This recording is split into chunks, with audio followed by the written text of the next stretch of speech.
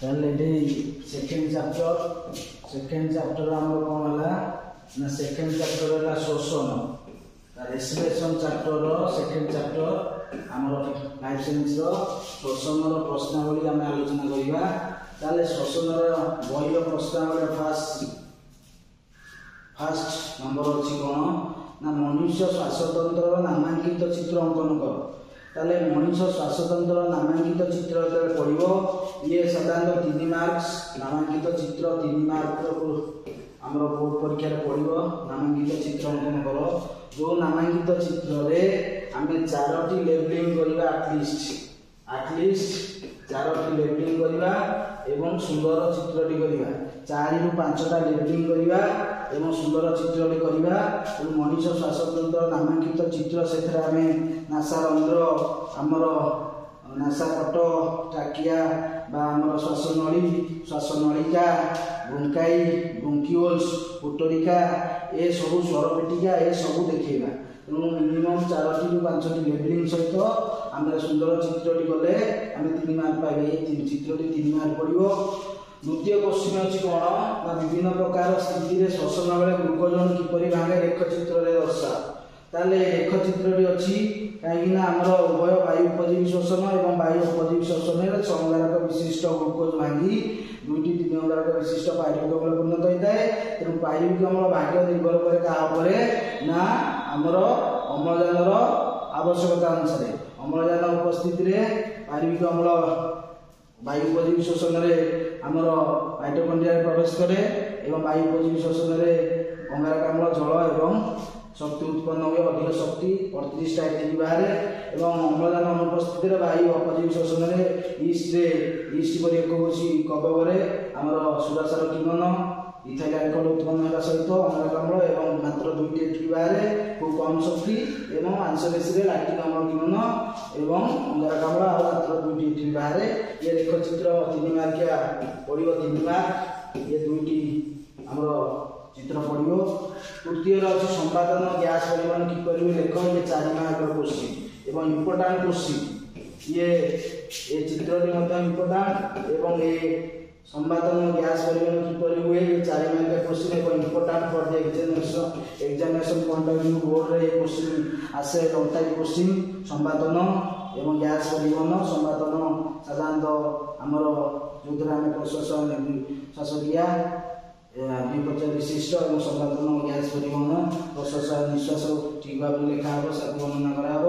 Gas परिवहन किपर हुए साधारणतः रक्त में हिमोग्लोबिन अम्लजान को ग्रहण कर ऑक्सीजन हिमोग्लोबिन परिणत हुए और हिमोग्लोबिन जरिया कोष निकट पहुँचे कोष बाहर ऑक्सीजन हिमोग्लोबिन भांगी जाए और आम हिमोग्लोबिन अलग हो जाए ऑक्सीजन कोष भीतर प्रवेश करे कोष भीतर अंगारकाम्ल कोष बाहर को आसे और अंगारकाम्ल कार्बन हिमोग्लोबिन सहित मिसी कार्बोक्सी हिमोग्लोबिन जरिया आमर फुसफुस पटरिका निकट को आसे ये गैस परिवहन ये लंग टाइप क्वेश्चन संपादन गैस परिवहन ये इम्पोर्टाट होमर ये विषय। चतुर्थ है वायु उपजीवी श्वसन और वायु अपजीवी श्वसन पार्थक्य ये 3 मार्क वायु उपजीवी श्वसन और वायु अपजीवी श्वसन मध्य पार्थक्य दर्शाओ 3टी पॉइंट लिख 3टी पॉइंट एवं गोटे उदाहरण दब वायु उपजीवी श्वसन अम्लजान उपस्थित रही श्वसन वायु उपजीवी श्वसन अम्लजान अनुपस्थित रही श्वसन वायु अपजीवी श्वसन वायु उपजीवी श्वसन साधारणतः ग्लूकोज संपूर्ण धारण घटे वायु अपजीवी श्वसन ग्लूकोज असंपूर्ण धारण घटे अधिक शक्ति उत्पन्न हुए 38 एटीपी उत्पन्न हुए खूब कम शक्ति उत्पन्न हुए 16 2टी एटीपी और लैक्टिक अम्ल 2टी एटीपी उत्पन्न होता है अंगारक अम्ल जलमुक्त होगा सहित खूब अधिक शक्ति उत्पन्न होता है इथाइल अल्कोहल इथानॉल और लैक्टिक एसिड सहित खूब कम परिमाण शक्ति होता है ग्लूकोज संपूर्ण धारण घटे ग्लूकोज तेणु 4टी पॉइंट भी ये 3 मार्क ये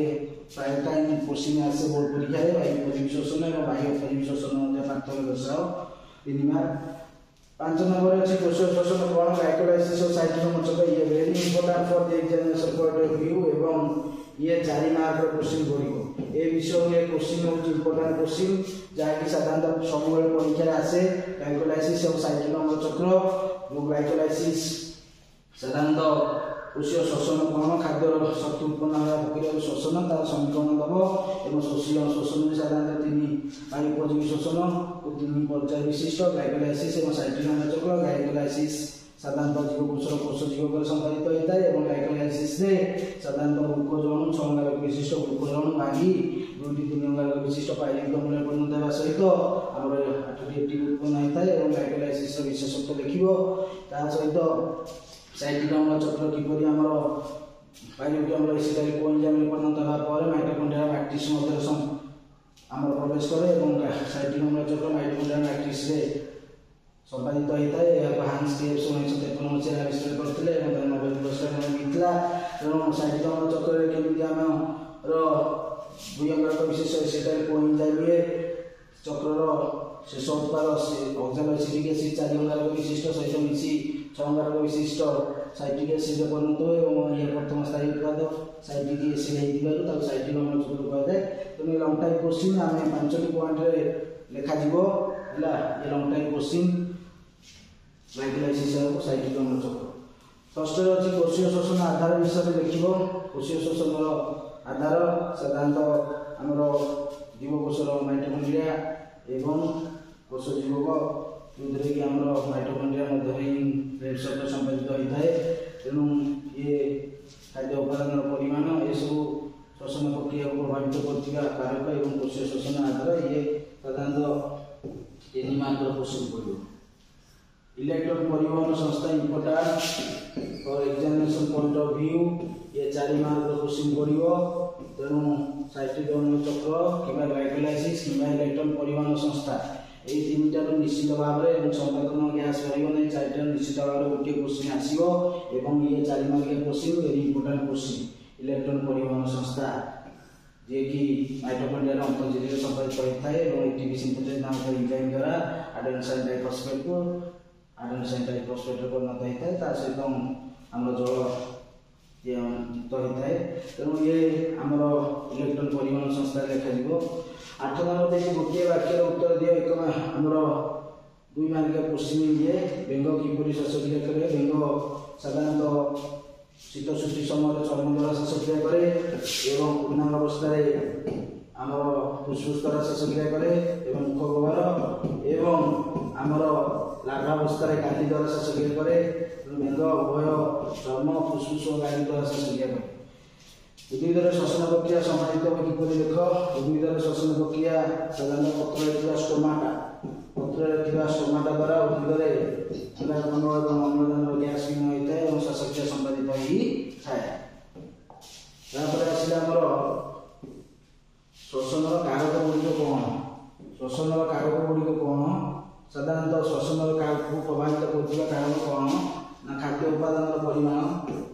खाद्य उपादान परिमाण कोशर विभिन्न एंजाइम उपस्थिति अम्लजान सांद्रता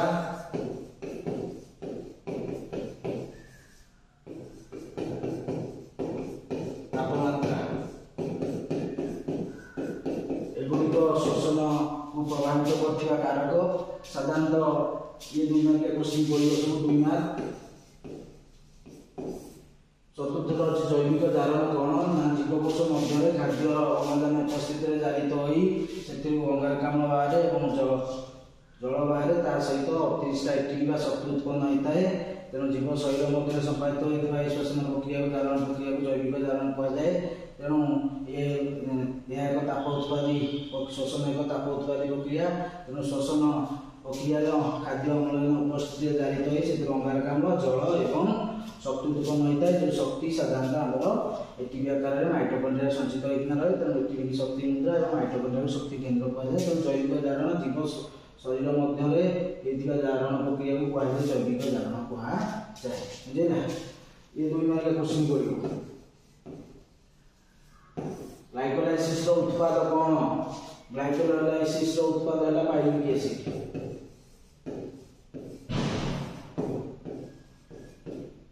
ग्लाइकोलाइसिस 2-3 अंगारक विशिष्ट पाइरुविक एसिड परिणत होता है ग्लाइकोलाइसिस उत्पाद होची पाइरुविक एसिड बुझला 9 नंबर देखिए गोटे शब्दर उत्तर दियो वायु अपजीवी श्वसन रे केतोटी एटीपी अनुजात होता है 2टी एटीपी अनुजात होता है वायु अपजीवी श्वसन रे 2टी एटीपी अनुजात होता है और देला ग्लाइकोलाइसिस कोषर केउंटरे संगठित है ग्लाइकोलाइसिस कोषर कोष जीवक वा साइटोप्लाज्म कोष जीवक वा साइटोप्लाज्म साइटोप्लाज्म रे जीवकोषर कोष जीवक वा साइटोप्लाज्म रे संपादित होता है तृतीय देला बेले बेले आम पेशी कोष रे अम्लजान अभाव रे पाइरुवेट अणु भांगी केउ अम्ल परिणत हुए लैक्टिक एसिड वा लैक्टिक अम्ल रे परिणत हुए तेणु आपको मांसपेशी किण्वन वा लैक्टिक अम्ल किण्वन कहा लैक्टिक अम्ल चतुर्थ देखिए पृष्ठभूमि पत्र स्टोमाटा केउ भाग था उपरी भाग थाए पत्रर उपरी भाग स्टोमाटा थाए मुह देखिए मनुष्य फुसफुस मधुर वायु प्रवेश को कौन कह प्रश्वास कहा जाए तापर देखिए साइटिक अम्ल चक्र कोषर केउ अंगिकार तैयारी होता है माइटोकॉन्ड्रिया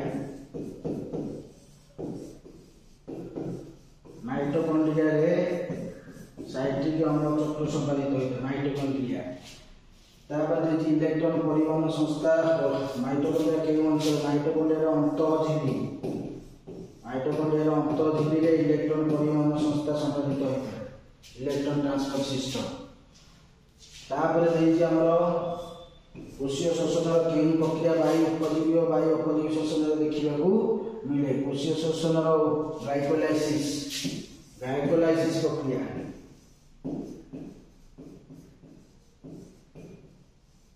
ग्लाइकोलाइसिस प्रक्रिया उभय वायु उपजीवी श्वसन और वायु अपजीवी श्वसन देखा जाए कहीं उभय वायु उपजीवी श्वसन और वायु अपजीवी श्वसन ग्लूकोज भांगी पाइरुवेट एसिड परिणत होता है तेणु वायु उपजीवी श्वसन और वायु अपजीवी श्वसन में ग्लूकोज भांगी पाइरुवेट परिणत होता है 10 नंबर देखिए आमर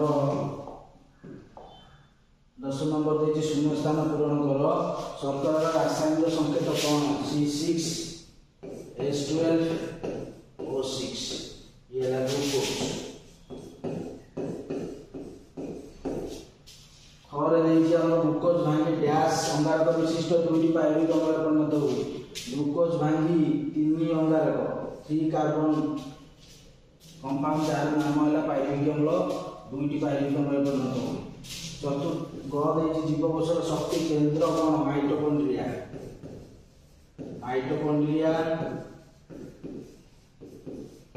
माइटोकॉन्ड्रिया जीवकोषर शक्ति केंद्र power house of the cell mitochondria को power house of the cell कहा जाए कह दे पत्र डैश दे उद्भिदर गैस विन हुए स्टोमाटा दे उद्भिदर गैस विन होता है मुह देखिए शीत शुद्धि बेले बेंग गैस द्वारा श्वासक्रिया करे चर्म द्वारा शीत शुद्धि बेले बेंग चर्म द्वारा श्वासक्रिया करे ईस्ट डैश किण्वन हुए सुरासार किण्वन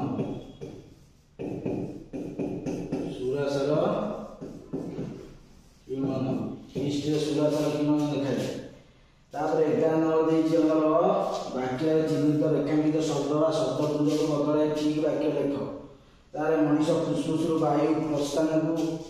ये रेखांकित शब्द ये भूल देछि ता को हम ठीक कर लेखे वायु प्रस्थान को कौन कहा जाए निश्वास केवल सही अंश टी हम ठीक करबा निश्वास रही कहा जाए मनीष वक्ष भाग उदर भाग मुख प्रसन्न करा कथा एटा भूल होछि मुख वसनी ये ला मध्य छदा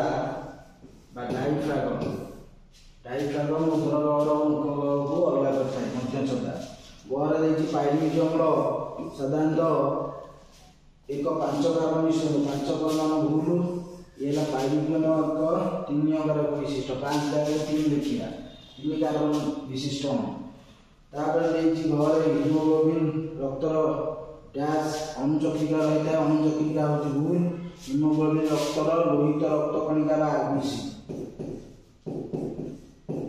लोहित रक्त कणिका बा हम लिखि परिबा RBC RBC red blood process उन्हें पत्रर केउं प्रकार पत्रर उभय पृष्ठ निम्न तल समान थाए से प्रकार गोटे पृष्ठभूकीय केवल ऊपर भाग थाए कहे समद्वितल बा आइसोबाइलेट्रियल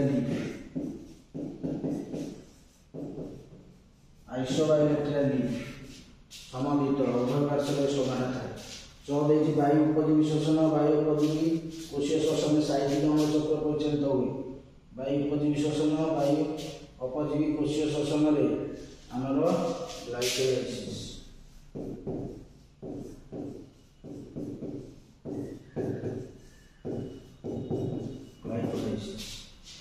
तापर 12 नंबर कौन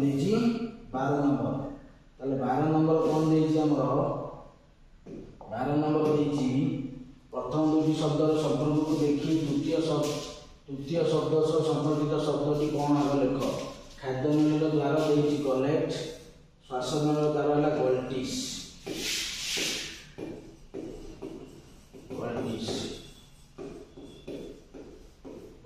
कहुए श्वास नल द्वारा को गल्टिस कहुए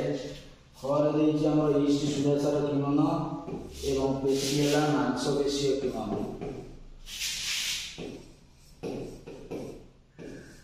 मांसपेशीय किमन लैक्टिक अम्ल किमन मांसपेशीय किमन तापर देखिए ग देखिए माछ गाली साप गाद शेष दिए फुसफुस साप फुसफुस द्वारा शेष दिए तापर घ देखिए आम स्वर पेटिका स्वर नियंत्रण अभिजुआ खाद्य नियंत्रण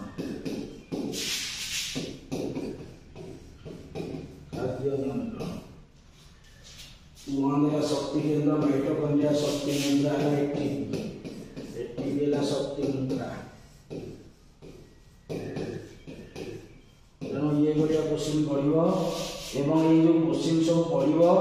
एथिरे चारटा नाक ऑप्शन थिबो प्रत्येक क्वेश्चन रे चारटा ऑप्शन अछि ए बी सी डी चारटा ऑप्शन भितर सठिक उत्तरटी अछि तेणु जेकोसी गोटे ऑप्शन भितर सठिक उत्तरटी अच्छी से सठिक उत्तरटी आपको आम चिन्हट कर ओएमआर रे आमर गोल बुलेबा तेणु ओएमआर रे गोल बुलेबाटा है इम्पोर्टाट तेणु सठिक उत्तर गोल बुलेबा जेकोसी क्वेश्चन प्रत्येकर सठिक उत्तर रे आम ओएमआर रे गोल बुलेले आमर ओएमआर स्कैनिंग हम एवं आमर ठीक उत्तर जदि आम गोल बुलेइथबा ताले ठीक फुल मार्क रहिबो तेणु बायोलोजी लाइफ साइंस रे मेजोरिटी होची हमर ऑब्जेक्टिव क्वेश्चन जदि ठीक हैला एवं चित्रटी जदि ठीक हैला एवं अनटाइप क्वेश्चन सुंदर अक्षर कहि जदि लिखिबा ताले फुल मार्क पाई परिबा एवं भलो मार्क हम साइंस रे रखिबा काइना साइंस रे साधारणतः उभय जेहेतु फिजिकल एवं लाइफ साइंस रहउची तेणु मार्क रखिबा पिला पई कष्टसाध्य हो जाउची तेणु आमे लाइफ साइंस रे अधिक रु अधिक मार्क रहि परिबो जा फल रे आमे जदि ठीक रे लाइन बाय लाइन पढिबा तेणु आम ठीक लाइन बाय लाइन पढ़ी सुंदर अक्षर कर खातार लेखा प्रैक्टिस करवा एवं ऑब्जेक्टिव क्वेश्चन को बेसी फोकस करवा एवं सब्जेक्टिव भी फोकस करवा बुझेगा।